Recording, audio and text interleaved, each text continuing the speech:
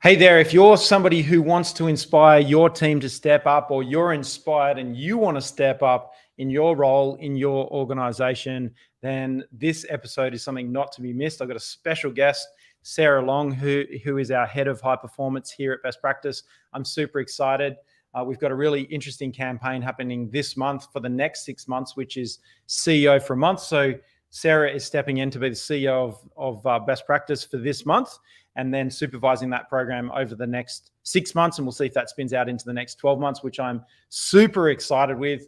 And so we're going to have a bit of a discussion today to talk about that and some of our tips and tricks to get people to step up. I think it is something that over my career has really contributed to leaps forward in success of the organization and the team when you do get an A player that really steps up and starts to get some momentum.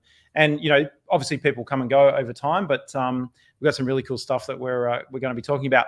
So a couple of things that are always really exciting with our live streams is we've got a big dashboard here in the studio. So I can see the comments on YouTube and I can see the comments on LinkedIn. We're broadcasting live to both platforms. And obviously this video is going to be left behind on our YouTube channel as a recording. So let me know where you are in the world watching from. It's always great to know where our audience is coming in from. If you are watching the recording, and last week we only had a few people live, but then we ended up with over 100 views, within a couple of hours of the transmission. So I still go and read the comments and look back over it. So if you are watching the recording and you're watching after the event, even if it's a year or two later, because we will leave this on our YouTube channel, and you do want to know how to inspire your team to step up, then please let me know where you are watching from and ask questions. So the comments function on LinkedIn and there on YouTube will pop up while we're live streaming, and then I'll go back and look at those comments both on LinkedIn and YouTube later on. The other thing to remember is also we are dropping the recording, so the audio of this conversation through these amazing microphones to the Kobi Simmat audio experience and Talking Business, which is on your favorite podcast platform. So there is podcasts coming out of this team and out of this studio as well. So if you are a podcast listener and you want to maybe listen back over to it, then welcome to our podcast listeners as well. So I want to welcome Sarah Long. Sarah's been with the team for, I think it's about 11 years now. 12 next month. Okay, so I'm a bit behind. So Sarah's been with us for 12 years, which is quite exciting. She is our head of high performance. So she runs a high performance program with all of our team members at Best Practice, where they do one-on-ones and think about success and growing their career, which is really great. So hey, Annika in Adelaide, great to have you on board. So thanks for watching. So anyone, I can see a few people watching live on YouTube at the moment. So please jump on and let me know where you are watching from and use that comments function. We're obviously also live on my LinkedIn profile. So Sarah, maybe give us like the quick intro, who you are, what you've been doing over the last couple of years, and we can get into the questions. Yeah, sure. And we've got our audience right there. Thank you for having me. You're welcome. Of all, You're welcome. This is my first time on a live and a first time on a podcast. So a lot of firsts happening this month. There we go. Welcome. Thank you. Welcome. The introduction to me, I started with you in 2010 as a consultant when you had a previous business, and then became a lead assessor. And then from that, got into the compliance side, and from that got into a management role with you. Looking at people, culture, compliance, and a whole bunch of things, which we transformed into the high performance role last year. And right now I do a mixture of a bit of everything still, but the main focus is working with everyone in the team, every single individual that we employ, having one-on-ones with them every month and going through their goals, personal, professional, and how they're tracking, and making sure that they're feeling supported, that they can raise any issues if they have any interpersonal or professional questions, or it could be questions about books that we read. I mean, the discussions take many forms. Yeah. So, so I guess the kind of macro principle when we kind of hatched this idea of having this high performance program was to unleash people's potential. That, just because I'm kind of a very verbose, tenacious, loud character, people might hold back a little bit, and or might be a bit scared by that. So Sarah brings balance to the force, if you like. And I may have some of the dark side of the force. She's got the light side of the force. There's a Star Wars school holiday binge going on in my house at the moment, so lots of Force-related questions. But and I see we got some people watching on YouTube from Western Australia, and also Ash has jumped on, and Ash knows Sarah there. So thank you for the kind words, Ashley. There on YouTube. So please use that comment section there on YouTube, even if you are watching after recording, because that's giving us feedback that there are people behind these dark cameras that are in front of us. In terms of coming up with it, I really wanted to unleash people's potential, and also really, if there was an area that someone was really inspired to move into, I wanted to kind of open that up. So someone might not have had the courage to kind of come to me and say, hey, I want to try something different. And so having Sarah as a different personality to mine does actually, for people that may have held back in my, one-on-ones with them, have been able to let Sarah kind of know what they're interested in. And hence we can have somebody do something they want to do and then encourage them to deliver high performance in that area. Yes. So I guess that's kind of giving you an insight into tip number one in terms of and how we inspire our team to step up is we do these one-on-ones, super high touch, super one-on-one. And we labeled this high performance program. And if you're interested in exploring that more, our team at Next Practice can help set that up for you. So there's something we try to walk the talk. So we can deliver that program, or you can just message Sarah and have a chat with her. But so for you, we've kind of talked loosely. Going into this CEO for a month, let's get kind of into what we're doing right now. Going into this CEO for a month, what was on your mind last week? You kind of, maybe getting excited, maybe a bit anxious about it. What was last week like for you before you kicked it off?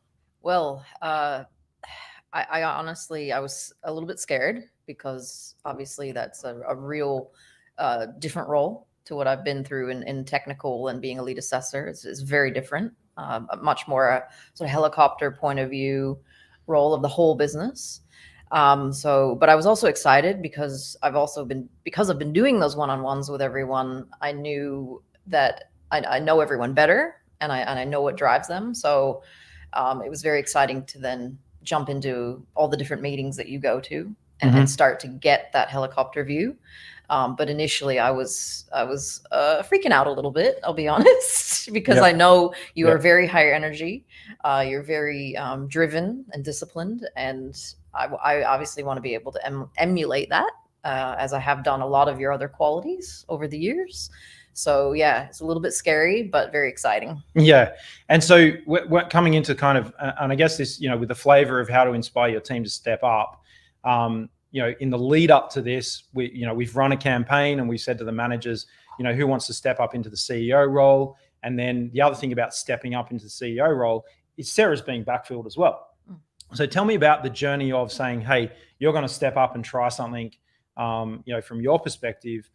What was it like trying to get someone to step in behind you as well? Because you're trying to get your team members or other team members to step into your role. What was that like? I think people were a little bit skeptical to step up initially, because this is the first time we're doing this. But again, from the one-on-ones and the program already in place, I had a few insights into some individuals that communicate regularly with me and that have helped with tasks here and there that I needed, and had expressed interest in learning parts of my role. So our in our ops team, Lucy Grant stepped up to part of my role, and as well as a lead assessor, Nico Tovia, and they're backing me up. I haven't been able to give them as much of a sort of an induction as you gave me. That will hopefully happen a little bit more next week. It is there's a lot of work that comes along with that, the program, to make sure everybody is aware of what they need to do. But I've done a little bit of background work, so they have their own roles to do, plus some things that we've talked about them doing to backfill me. Yeah, so it's kind of, it's been a little bit of logistics, but I guess, what is interesting is the lack of absence, which is, I haven't resigned or someone didn't resign, and so somebody kind of gets dropped in the deep end and has got to step up. It's more of a handover kind of, experiment kind of environment, which is quite good. So someone gets some experience in a safe environment, and that's one of the opening comments to Sarah this morning. And quick hi to the team that are watching on LinkedIn in India. So welcome to our audience that's over there in India. So we've got a great global audience happening today. I just want you guys to be aware that there's lots of people watching all over the world, and also watching after the recording, which is really good. So we have a great community and great audience. So I think that there's obviously been some logistics, which has been good, because often we talk about someone might resign from a role and the role might be vacant and before the next person starts. So there was no handover. So I think that giving someone some experience like this means they get some experience. There's some nice things that happen, like Sarah was able to put a title change on LinkedIn, acting CEO at best practice, which is really good, and got some great compliments from her network. And some recognition from her network, which was really good and nice for Sarah. And then we can get into it. Talk to me about Monday morning and the handover. Well, it was a big eye opener. Yeah. It was I'm really appreciative of the time that you spent with me. We spent really 2 hours sort of doing a deep dive into how you monitor our business and how the touch points that you look for to make sure it's running as successfully as you want, and sort of what questions to ask in which meetings, and how to inspire the people that you're leading to be better and to push themselves, but also their teams as well. And I think it really hit me the weight that you feel. Like that was one of the things I took away from that first day. It was wow, to the point where I didn't sleep well. Right. Yeah. Yeah. So there's a lot of responsibility, and a lot of that sort of helicopter view gives you a view of everything that's happening, and to be able to keep your cool and monitor things and react in a way that's very almost stoic, and keep your real reaction to those people that can handle it. That's a big eye opener, that one. And also, I guess, the financial side. So for me, a lot of the other sides of the business I've been heavily involved in, but looking at the budget versus the P&L versus the cash in the bank, and realizing, okay, we have these 3 sources of truth, and how you use them to then monitor the business on a sort of daily, weekly, monthly frequency, and what you look for. It was fascinating. Yeah. I haven't had this sort of learning curve for probably a good 7 to 10 years. Yeah. I'd say. Yeah. Yeah. And I think that, sorry you did sleep on Monday night, but look, I think that in this kind of program that we've implemented here this week, and it's running for the next 6 months with this, CEO for a month program, that's what we're talking about. Hi, Jeff. Good to have you on board today. I can see the comments kind of popping up on the dashboard. So good to have you guys letting us know that you're here. So hey, Jeff. Hey, Ashley. And so I think that my principle is, and you made a couple of good comments there, the comment of, that I am quite stoic, and I have to be, because, and you said that, I can kind of take my guard down when I'm around people that can handle it. And I said, the first thing that, you're going to say is, oh, for fuck's sake, like I say that to myself a lot, but then I can't say that publicly because I don't want people to feel upset. We've got to inspire people to, outperform themselves kind of week on week, and keep growing and keep improving, and keep changing and pivoting. It's not just a business pivot in the pandemic kind of thing. It's individuals pivoting on a daily basis, and that's how we keep bettering our performance, and doing more, having your team members do more of what they want to do and less of what they don't want to do, so that we can find the gaps and then hire into those gaps. And that's kind of a macro thing. But I think the kind of final point on that I want to make is the safe environment. It's okay, because I'm hovering, but I'm trying to step back. So it's kind of in the first couple of days we're hovering, and then progressively step back to let Sarah kind of feel what it's like to kind of swim in the deep end, because she is in the deep end and she's swimming in the deep end. But I'm watching, and if I see her head go under, I can just grab her back out of the water. So, and I think that's an important part of this in terms of inspiring your team to step up, is that they know and have the confidence that, Sarah and I have been touching base every couple of hours. That'll be less next week, less the week after, so she can kind of get into a groove. And I want her to feel that kind of, experience of her being out by herself. But I'm watching, is she sinking, swimming? Is she okay? And then, next month we'll move on to the next person. And Sarah will be able to do a handover. She'll be able to hand over to the next person as we move down, and I can helicopter view over them. So it's a good thing. It's purely predicated on giving people experience. It's not part of a global handoff at this stage of my role, but I want people to get experience, and I want to show that it can be done. And we want to test and practice things here in the best practice group that we can then teach you guys to do, and we can help you. So our team at Next Practice, our business coaches, can come in and say, hey, this is how we can help. Maybe you don't do something as crazy as this, as throw the keys to someone else and say, here you go, take it for a spin. That's something crazy that we do, and I can afford to do that, but that's something that we want to try.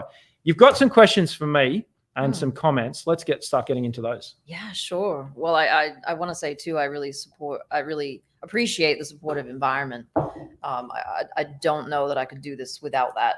So, I mean, this is such an amazing opportunity, and I really wanted to pick your brain because over the years I've watched you do so much for so long. It's just phenomenal. When I think back, I didn't actually understand at the time, why and what drove you, but you have an amazing ability to discipline yourself to get what you want. And I think that's something that people want, but don't necessarily understand how to get to that. Mm-hmm. And the connection to how to motivate your people to step up is to step up. You need to be disciplined, and you need to be able to do that schedule in Sell or Be Sold from 6 a.m. to 8 p.m.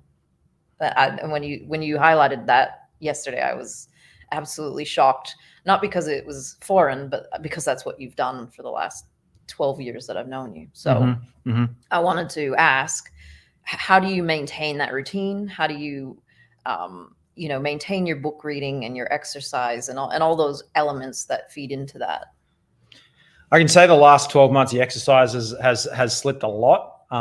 Because it's been challenging. I won't say that the pandemic hasn't been challenging, just to keep me be more stoic and keep everybody going.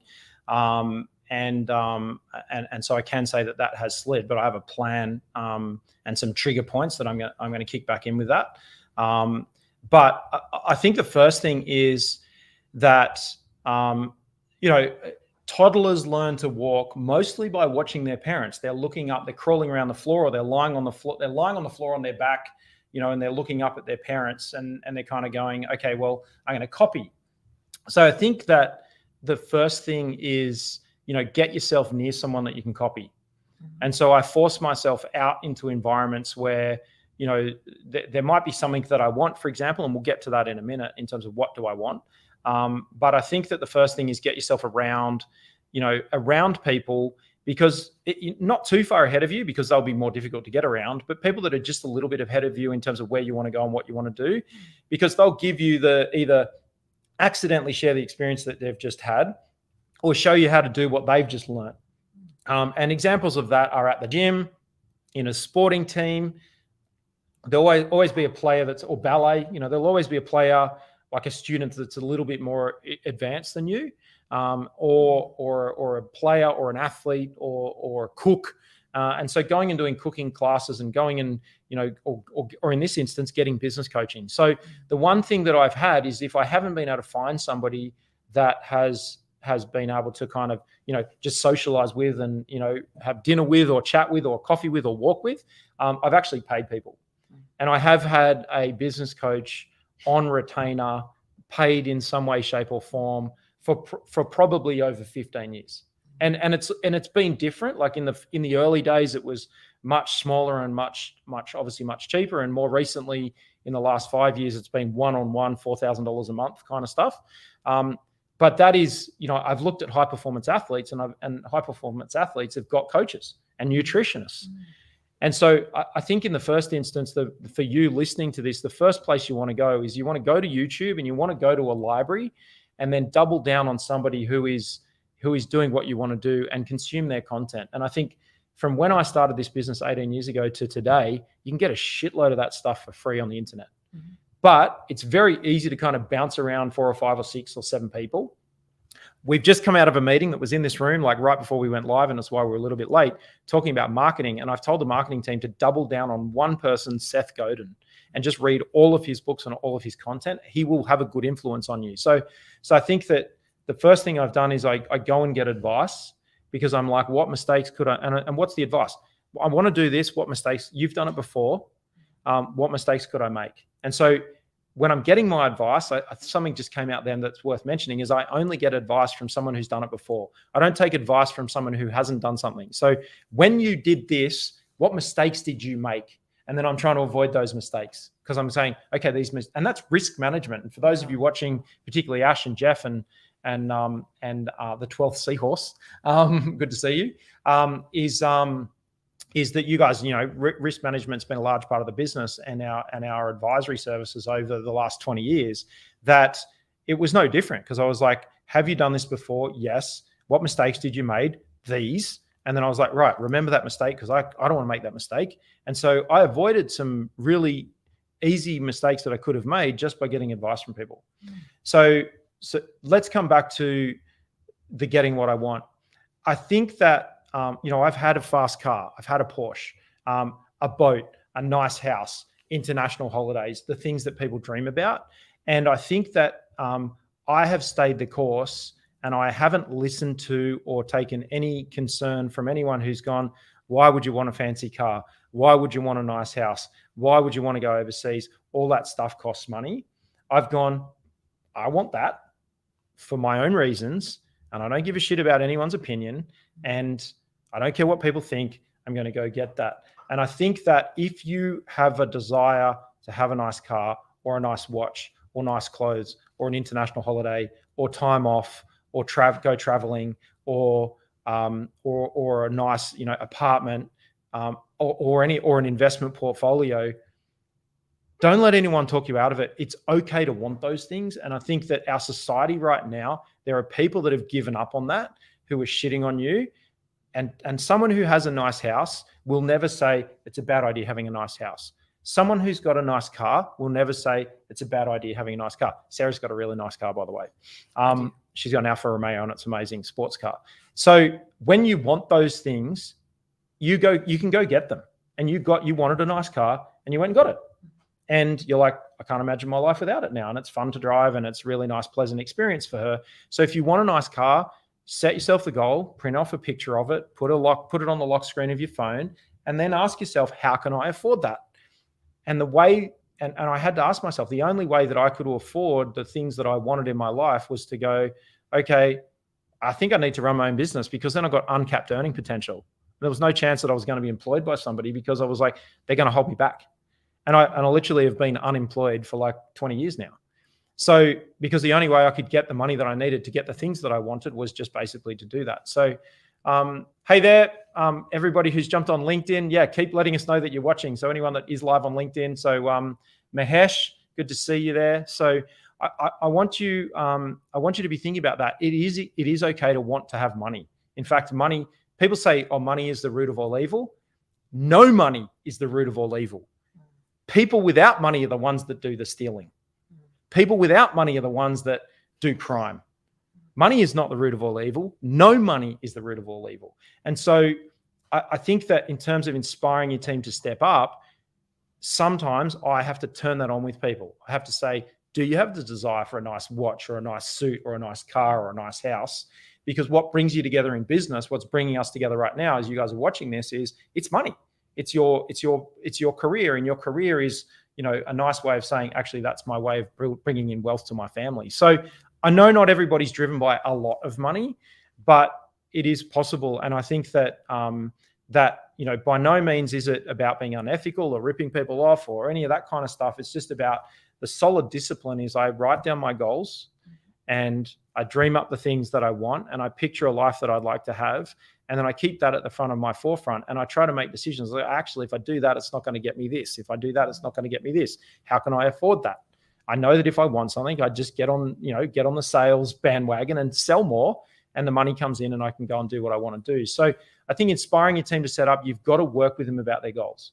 And our high performance program here that you implement at Best Practice is trying to lift more of the goals and the desires out of people. What do they desire? And we want to lift that out of people. And then we want to work out a way that we can give them that milestone in their life through a process with our team. Or we might say, actually, we don't think the business is going to be able to deliver that for you. Let's not sit around. Let's not have you sit around for too much longer. Let's get you into a new team, new company, new industry, new career that's going to deliver that for you. And that might be somebody who wants to do noble volunteer work. There's nothing wrong with that. I like to give donations. And there's people watching today that I've given small donations to for different things. And I like to do lots of little donations to lots of little people's charities. That's one thing that I like doing. And the more money I make, the more I can do of that. And I like that philanthropy part of actually having, being able to give people money that does meaningful work. So that's kind of the discipline, though. The discipline comes back to writing a to-do list and keep going back to the to-do list, write things down that you need to do, and don't stop until those things are done, and then write another thing down. And I have been doing that for 25, 30 years. My dad taught me to do it. I have hundreds of these notebooks now. I saw some of them in the bottom of a filing cabinet drawer a couple of days ago. There was a hidden stash, and you can see that. And actually, Jeff Lee's, thanks for watching. Your name was, on one of the pages back at the Reserve Bank Business Resumption Facility project where we met. And I have the notes from the day that we spent together. I still have that in the filing cabinet. So, and that is evidence of my methodical progression, just, doing as many of those high performance days. Cam, can you pass me the Sell or Be Sold book that's there, and we'll show the audience. Next question. Well, I want to expand on that because I think that you have a very good internal sense of accountability. Because there's not really anybody holding you accountable for those things. It's yourself doing that. Yeah. What advice do you have for people that maybe don't have that internal, really strong sense of self-accountability like me? Yeah. Say out loud to people around you the things that you desire. So do you want to have, I know you want to have an investment portfolio. I know you want to go and start, buying some apartments and houses and building that up. Okay. How are you going with that? Because you've told me. And so the more that you speak out loud, the goals that you've got for yourself, even those quiet desires, if people around you are going to shit on you for saying that out loud, if you're too scared to tell the people that you hang out with that you've got this goal to have these investment properties, then get a different group of friends. So, I mean, I've got a thick skin. And so, kind of, I don't care what people think, but for some people, that's when you say, actually, I'm not hanging out with the right people because, you don't want to do that. You don't want to buy investment properties. You're like, okay, why are you saying that? It's like, we all know that's the right thing to do, to invest for your future. So that's weird that you've said that. So should I have a positive influence on you, or should I find other friends? That's a whole nother thing, whether you take on the challenge of fixing people. Okay, that's interesting. So saying it out loud to others who you then internalize and say, okay, I've told everyone I want to do this. I better fucking do it. I better do it. Or I look like, or I'm going to be a gunner. Yeah. There's just a comment there about our subtitles on LinkedIn. There's a little bit of a lag. So we're recording. There's about a 3 or 4 second lag or a couple of, might even be a minute on LinkedIn. So it's our software that's giving you those subtitles. That hence the lag. So, but thank you for the note there. So if you are watching on LinkedIn, you're coming on, let us know where you are in the world. It's always great to have you guys. So awesome. Yeah. Well, the other thing I guess I wanted to focus on is with our one-on-ones, we get obviously to know each individual much better. How do you tailor your feedback and maybe your advice or your coaching to each individual and the feedback that they give you? So like you said, not everybody's motivated by money. Other people are motivated more by maybe learning. How do you take that in and then sort of transition what you would do for someone else to them? Like, how do you manage that? Yeah, I think let's start with the not everyone's motivated by money thing. If you can't motivate someone with money, motivate them by lack of money. So you can say, I think you should take everything that you earn each week and lock it away in a savings account and cut up the key card, the credit, the debit card. And then they're like, shit, I don't have any money. So if all of a sudden you fired somebody, then they would go straight out and all they would do focus on is getting their next job so they could pay their rent or their mortgage or buy their groceries. So people are motivated by money. So the first thing is, I don't acknowledge, if someone says to me, I'm not motivated by money, I don't disagree with them. I say, okay, cool. You're not motivated by money. You're fired. Now what are you going to do? You're going to go get a job. And so I think that, you've got to be gentle with people, obviously, but there is some things that and some paradigms that you have that I say, okay, this person's telling me they're not motivated by money. They've probably given up on it. They're probably surrounded by people that are not motivated by money or shitting on it. And so, okay, we need to kind of get around that. So I'm going to be the person in their life that says, okay, tell me what you really desire. In thinking about the next 12 months for you, what would you like to achieve? If you had completely free time and you had nothing to do and we were paying your salary, and thinking about the next 12 months, what does success look like? What would you like in sitting here together 12 months from now, looking back over the year, what have you achieved? And then that can get people thinking. Now, that may be the first time in someone's life they've ever been given permission to think like that. And so they might not get it first go. And so the frequency of one-on-ones is important. So circling back and saying, okay, well, in the last session, we kind of talked loosely about the fact that you'd maybe like to have a holiday. Okay, so you've had a holiday, you've had the rest and relaxation. What else would you like to achieve? What's on your mind? And sometimes, and I guess this comes back to the one-on-ones and connecting with people, is that sometimes there's things on people's mind in the short term right now that's blocking them. And you might need to say to them, hey, what's on your mind? And you might need to do that first. Sure. And you might need to say, hey, what's on your mind? And what else? And what else? And they get off the chat, their chest, that, their mother's not well and they're dying, or, they've just had a massive fight with their girlfriend or boyfriend or partner, and that might be on their mind and they just can't think about anything else right now. Or they've got to pay a bill, or they've had an accident, or something's going wrong, or some, there's an issue with a family member. And that might be on their mind, and it's preventing them from thinking creatively and thinking towards the future. So we've got to get that. And, so the questions you can ask in terms of inspiring your team to step up is, hey, what's on your mind? And what else? And what else? And that clears out all the baggage to get into this creative space. Yes. And thinking about the next 12 months, what does success look like? Excellent. Those questions come from a book that we read a lot, which is The Coaching Habit, and something we employ in the one-on-ones. And yeah, it's been really life-changing for a lot of people, having to think like that. And I really gel with what you said about, they haven't been given permission to think like that. I think looking at your sort of 1 year, 3 year, 5 year goals, and actually being able to be honest with yourself and think about what they are and the fact that you can achieve them. I think a lot of people are denied that freedom to think like that. So that was a really excellent point. Yeah, and even held accountable to it. I do that almost every morning, but unless you've got that discipline and that routine, or enjoy doing that, the thing I love the most is just, I got up this morning at 6 o'clock and it was a late night last night, school holidays, and the kids are watching Star Wars and doing all sorts of crazy stuff at home. And so we didn't get to bed until, a little bit later last night. But, I got up, made myself a coffee, and then just sat and contemplated the world. Then I'll look at what's happening with some areas that I need to do some reading in, and then, then get into the day. So, but giving people permission to do that. And I think getting into a good, solid routine. And the other thing too, which is some really basic principles we talk about a lot, but you may not have heard me say it, is you've got to get hygiene around the time you go to bed.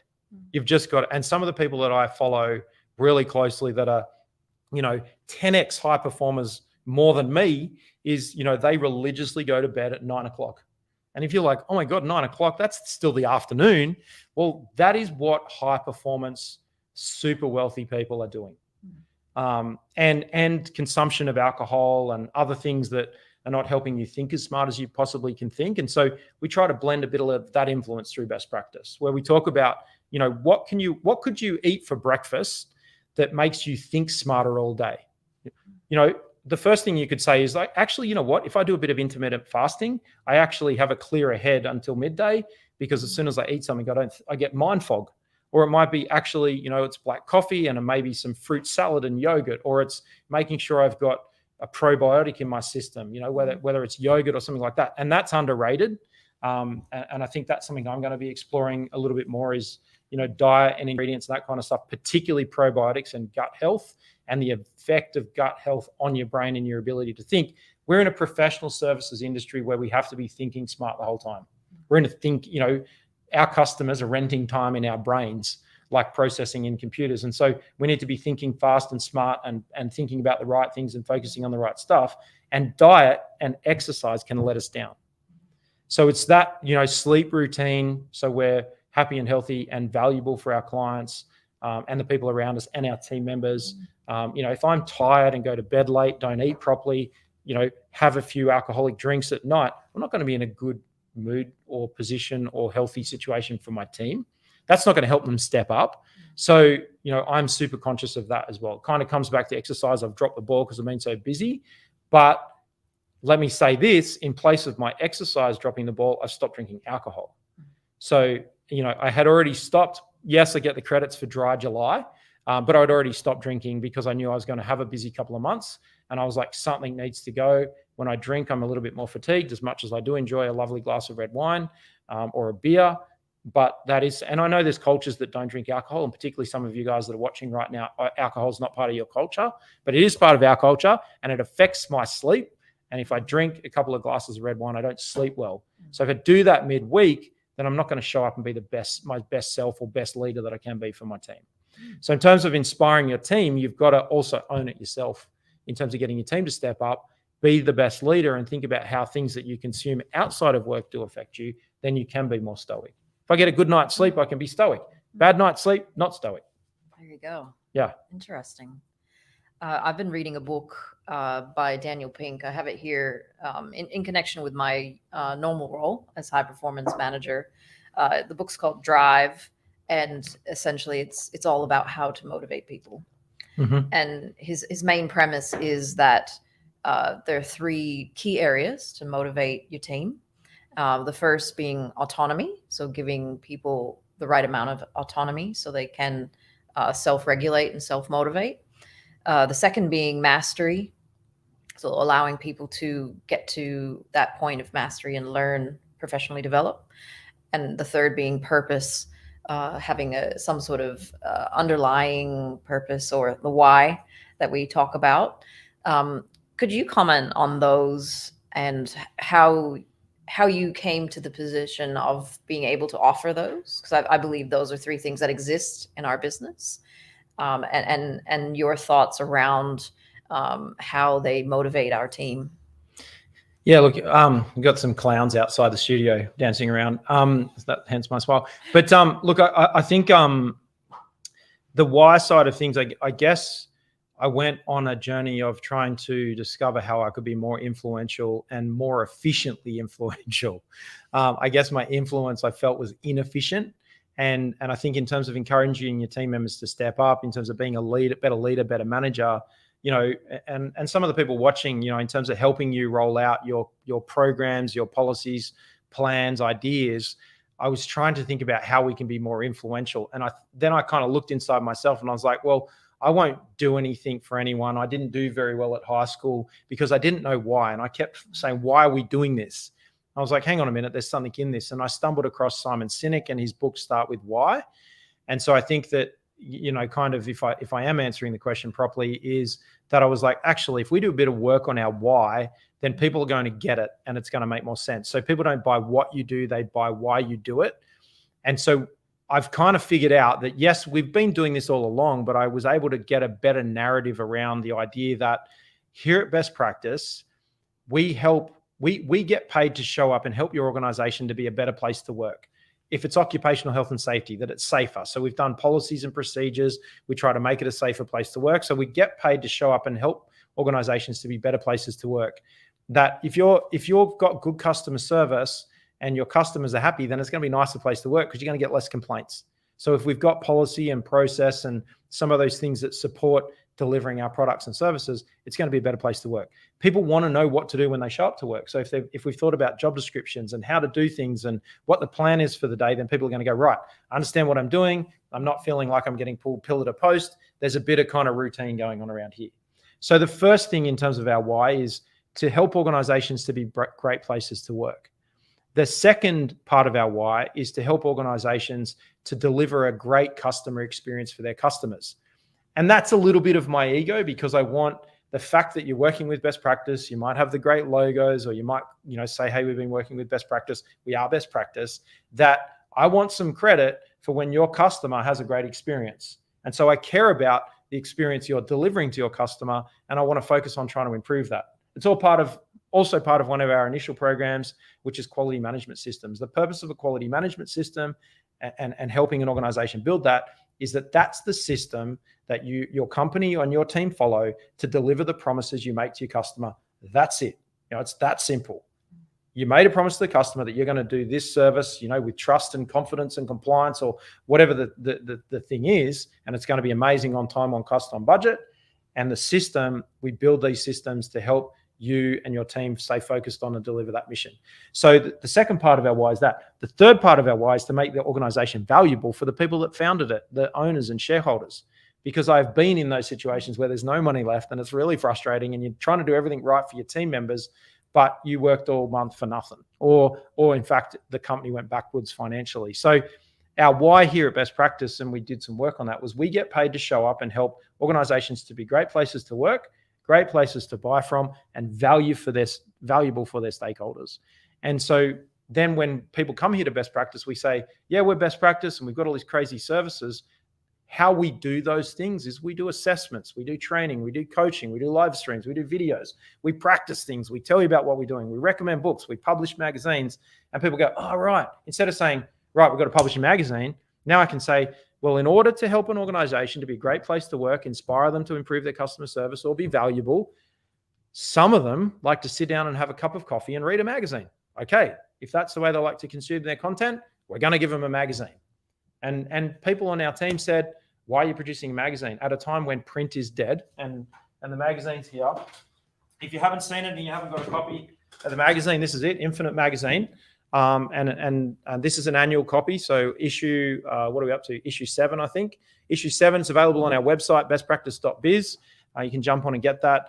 If you want a hard copy of this magazine and you haven't received it, send me a direct message, and you cover the shipping. So you pay for the shipping. I'll send this to you anywhere in the world. I'll give you a free copy.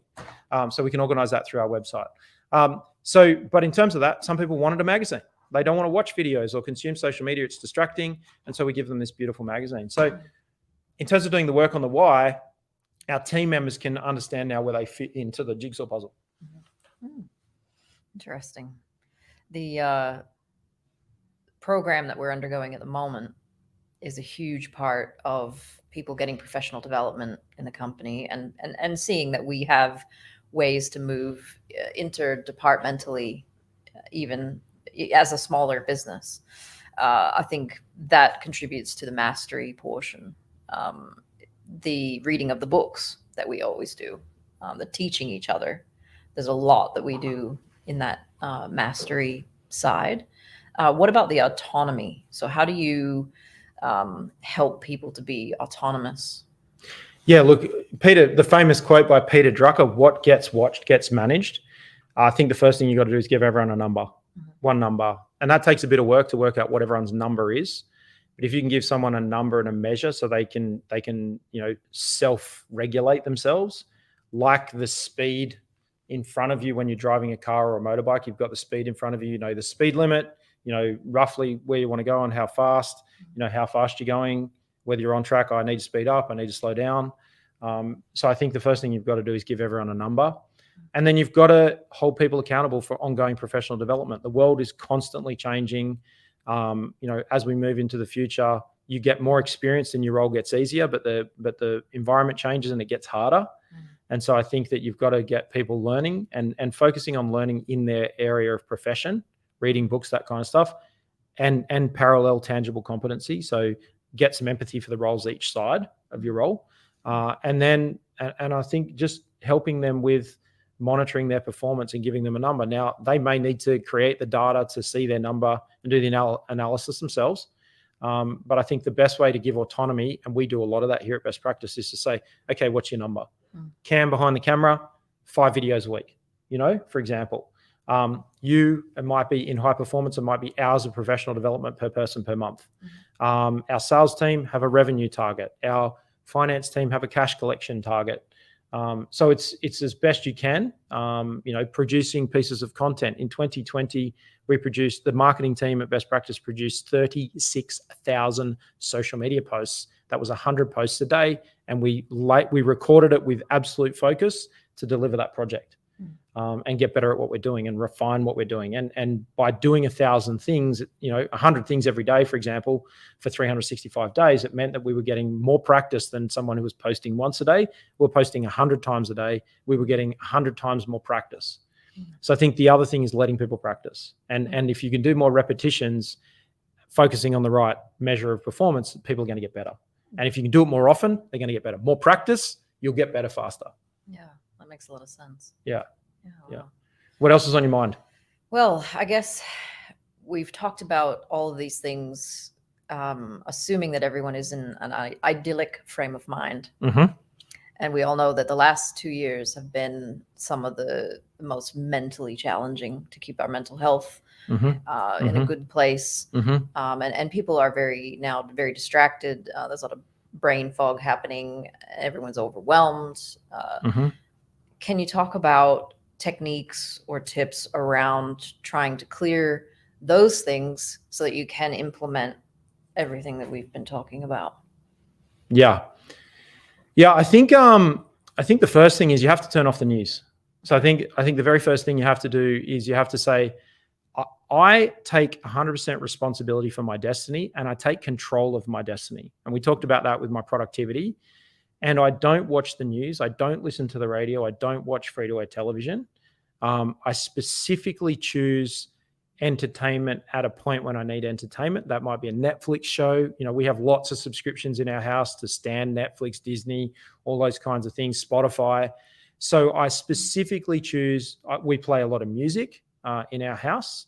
So I don't let a producer who is trying to maintain someone's attention and sell advertising control what comes into our house. And so inside my car and inside my house, I control the inflow. Inside my morning, I control the inflow. And so I think the first thing is that, like right now, we've just had a big storm go through Sydney. There's been a bit of flooding. And I know it's been, it's a record flood levels since 1978, in the Hawkesbury region. And I'm very sorry for all those people. I didn't know about that until this morning because I don't watch the news. It was wet outside. I was like, it's been raining for a couple of days. And so that didn't affect my emotional state for the last 4 days. And so I think that yes, the pandemic, I got caught up in the news cycle, and I got caught up in watching cases per day and lockdowns and all that kind of stuff until I went, you know what, this is not helping me get my goals. And then the second thing was, okay, it might be stormy outside in the economy, and it might be tough outside in the economy, and it might be really hard. Well, it's a hill. I'm on a bike. I need to pedal harder.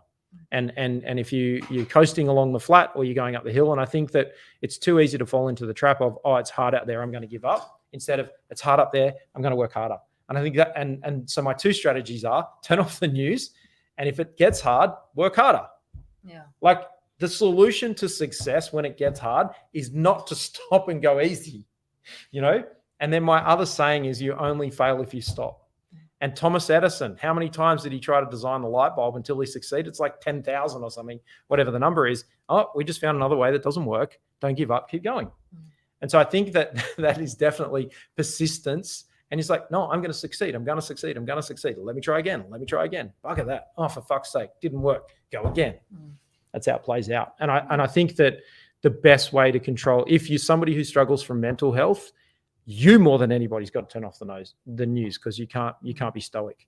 So if you are like, I'm not great with my mental health, and if you identify as one of those people, then TV and news is banned for you. I remember implementing that advice towards the beginning of the pandemic, because I really struggled with the lack of interaction. I'm a very social person. I get my energy from being around other people. So I think that was the hardest thing for me. And constantly being hyped up around that 11 a.m. update, and eliminating that actually did do a lot for me. So I can attest to that advice. The only real way that I consume news now would be a couple of updates on Facebook when I'm scrolling through, and then I can kind of keep on top of whether or not our city is flooding. Yeah, that's right. Yeah. But Yeah, look, at the end of the day, you're going to get an emergency text message to say there's a volcano or an earthquake or whatever in our area. But yeah, I think in terms of encouraging your team to step up, I think it's good to acknowledge that, there can be those distractions, and we have had, I remember, 10 or 15 years ago, there was like a siege. There was a siege in Sydney, and we had a gunman holding up a cafe, and someone in Queensland stopped working because they're like, oh, I can't believe this is happening. And it's like, it was over 1,200 kilometers away from them. It was going to have no impact on them whatsoever, but they were glued to it because that's what the television is designed to do, drag you in so it can serve you advertising so they can make money. And you've just got to acknowledge that. And so I'm skeptical. I'm like, there's nothing here that's going to add value or help me achieve my goals. I switch it off. I literally say that out loud because I catch myself. I'm like, actually, even scrolling social media, this is not adding any value to my day. It's not helping me achieve my goals. I say it out loud. My family think I'm crazy. I'm going to switch this off, and I put it down and I go on to the next thing. It's it did have a big impact stopping looking at that stuff. And there, I guess, the media is looking at things from a tragedy point of view too. Correct. Which just you don't really notice it until you stop looking at it, and then you go back to it and you go, wow, that's so obvious. 100%. So my tip there, rules and laws and updates and compliance requirements for those of you in compliance roles, and some of you know this about me, I get it from the source of truth. So, is there a lockdown? Department of Health. So go to the government website. Don't go to the news outlet. Get your rules and regulations and the things you need to comply with from the source of truth. They are there to disseminate the information and give you an understanding of the laws that your company or your team needs to comply with. And so I do that. I was doing that last night. And yesterday. Yesterday, I spent a whole day looking at the cybersecurity information of what companies need to comply with from an Australian government and global perspective with the General Data Protection Regulation, or GDPR. I was learning about that yesterday, so I've got accurate information, not getting it from Google. So Googling to find the regulator or the department, then going into the department's website and looking at what the communications people at that place is looking for. We got time for one more question. If you could get inside my head and ask me any question, what would it be? Same for you guys out there on the comments. If you are still watching live, I appreciate everyone's time. We're going to wrap up shortly. But if you guys could get inside my head and ask me any question, what would it be? Post it in the comments. And over to you, Sarah. Okay, so one final question. We talk about A players and B players a lot. To get your team to step up from a B player to an A player, what are your hot tips? Do the one-on-one sessions with them. Ask them. Follow Michael Bungay Stania's advice in The Coaching Habit. That's a great book. I think we talk about it in this magazine, and hopefully you guys have heard about it already. But Michael Bungay Stania. So ask them what's on their mind and what else. And then the next question to ask them is, in thinking about the next 12 months, and I ask you guys this question, in thinking about the next 12 months for you, what does success look like? If you can look back over the last 12 months and say, I achieved, you're sitting there in 12 months' time, you're saying it was really amazing, I did this, this, and this. I want you to write that stuff down. I want you to start focusing on it. Now, the best way to achieve those things is, the second question is, what do you need to do less of so that you can achieve that? Because I will ask people that question. What's been keeping you busy? I see you're probably not getting the numbers that you want to get, or not achieving the performance you want to get. I can't see you making progress towards that goal we discussed. What's keeping you busy? And helping people to clear out and route things that are distractions, news, social media, toxic people in their life, or maybe there's other projects that have come up and they've had legitimate things to work on. But often we can find that we go into reactive mode and we just deal with what's in front of us without stopping and saying, hang on a minute, I've got this goal, I've got to keep pushing that forward, and keeping an equal amount of priority on it. Okay, so no questions there in the comments. So thank you very much for joining us, and You're welcome. good to have you with the keys to the big ship best practice this month, which is really exciting. We will circle back in a couple of weeks. So remember, the live streams here at Best Practice TV are same time, same place. Next week, we're going to be talking more trends on cybersecurity. There's a bit of an expansion in terms of cybersecurity requirements. We'll be looking at that risk management strategy for businesses as part of our campaign to help you protect yourselves. Pandemic's out of the way now. We need to get back to business. And one of the big topics for anyone doing government projects and government tendering is cybersecurity. So we'll talk more about that next week. I'm going to talk about the top 8 things that you need to focus on in your organization and in your information security manual. We're going to be getting some templates ready for people to disseminate in next week's webinar. Actually, there's a comment there. I'll get to that one on YouTube in a second. But that's what we're talking about, trends in cybersecurity next week. How do you motivate team members who don't want to adapt? I fire them. So because that is pretty tricky, but if they don't want to adapt, then either A, we haven't been clear on the why. So you want to start with producing the why. And the second thing, you want to really ask someone in thinking about the next 12 months, what does success look like for you?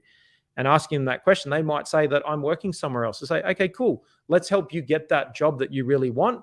And we want to make way for somebody to come into this organization who really wants to be here. So I know I was a bit frivolous saying I fire people, but that question there is make sure, have you communicated the why? Hold yourself accountable for spending time and talking somebody through the changes in terms of adaptation, because sometimes we can move too quickly and we don't give people time to keep up with us. Lovely little comment there from Ashley for you, Sarah. So thank you. Okay. So Instagram, lots of great stuff happening on the Instagram page, Kobi Simmat's Instagram. We will drop this audio into the podcast, Talking Business with Kobi Simmat, on your favorite podcast platform. My son thinks it's always hilarious when he sees Daddy on Spotify. Lots of stuff happening on Spotify. If you don't see us on social media, particularly lots of crazy stuff happening on our TikTok account. So Kobi Simmat on TikTok. Lots of crazy stuff happening all over social media. But if you don't see us there, you know how this goes. You'll definitely see us right here next time on Best Practice TV. Thank you, Sarah. Lovely having you. Thanks for having me. You're very welcome. So if we're not here next week, it's Sarah's fault. Thanks a lot. Bye for now. Bye.